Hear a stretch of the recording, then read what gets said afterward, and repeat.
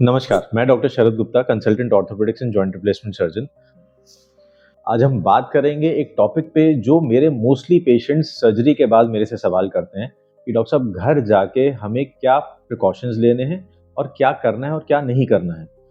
तो आज हम बात करेंगे कि आप ऑपरेशन के बाद अपने आप को और अपने घर को कैसे प्रिपेयर करें आपके पोस्ट सर्जरी रिकवरी के लिए। तो इसमें मोस्ट इम्पॉर्टेंट है कि जब आप हॉस्पिटल से डिस्चार्ज हों, जैसे मैंने पहले भी बताया है, पहली वीडियोज़ में बताया है कि आपके पास हॉस्पिटल के इमरजेंसी कॉन्टैक्ट नंबर्स होने चाहिए, आपके फिजियोथेरेपिस्ट का नंबर आपके पास होना चाहिए, ऑर्थोपेडिक टीम का नंबर आपके पास होना चाहिए। ये ऐसे लोग हैं जो आपकी रिकवरी में आपकी हेल्प करेंगे, आपकी जो भी क्वेरीज हैं उसको वो लोग सेटल करेंगे और आपके लिए गाइडिंग फोर्स बनेंगे, जो कि आपकी रिकवरी को और फास्ट कर पाएंगे।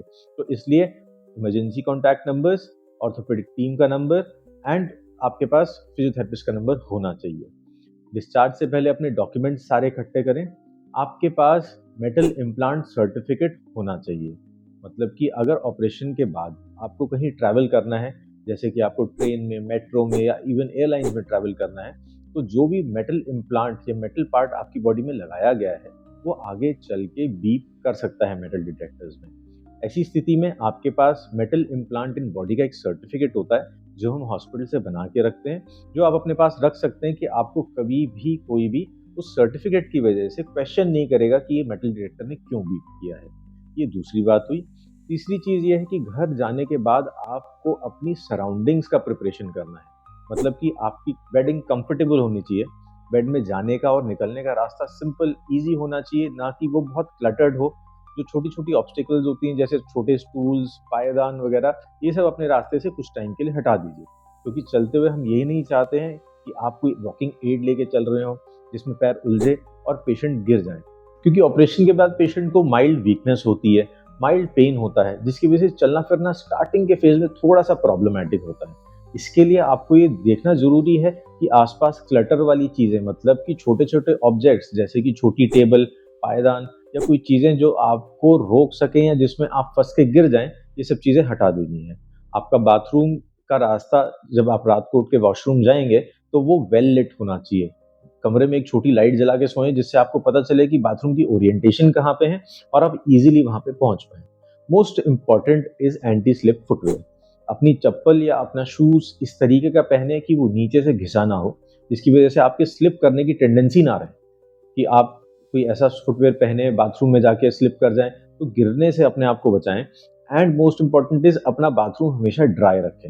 एक ड्राई एंड क्लीन बाथरूम ही आपको यूज करना चाहिए, क्योंकि स्लिप करके गिरने की संभावना ऑपरेशन के कुछ टाइम बाद तक रहती है, जिसकी वजह से आप अपना bathroom properly clean and dry रखें।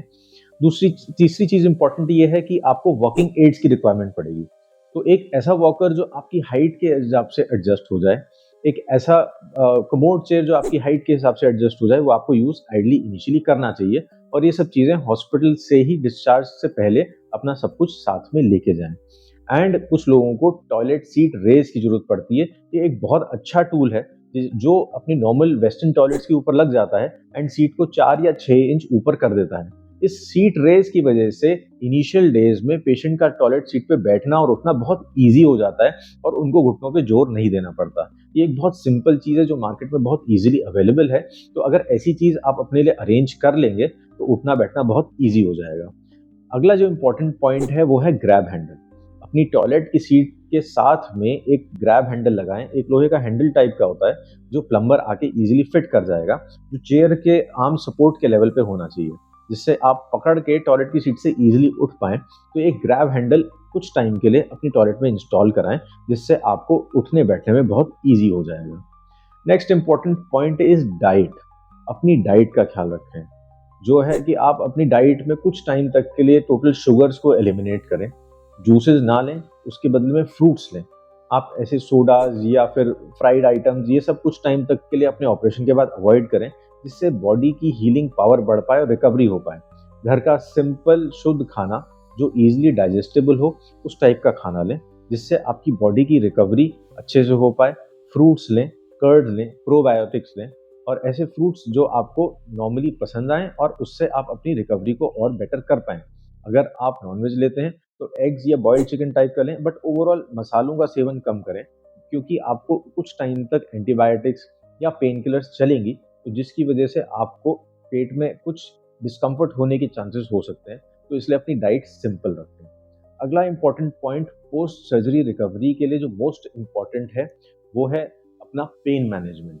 क्योंकि अगर पेन कंट्रोल में रहेगा तो आप अच्छी रिकवरी कर पाएंगे, आपको खुद से एक्सरसाइज करने का मन करेगा और आप बहुत जल्दी रिकवर कर पाएंगे।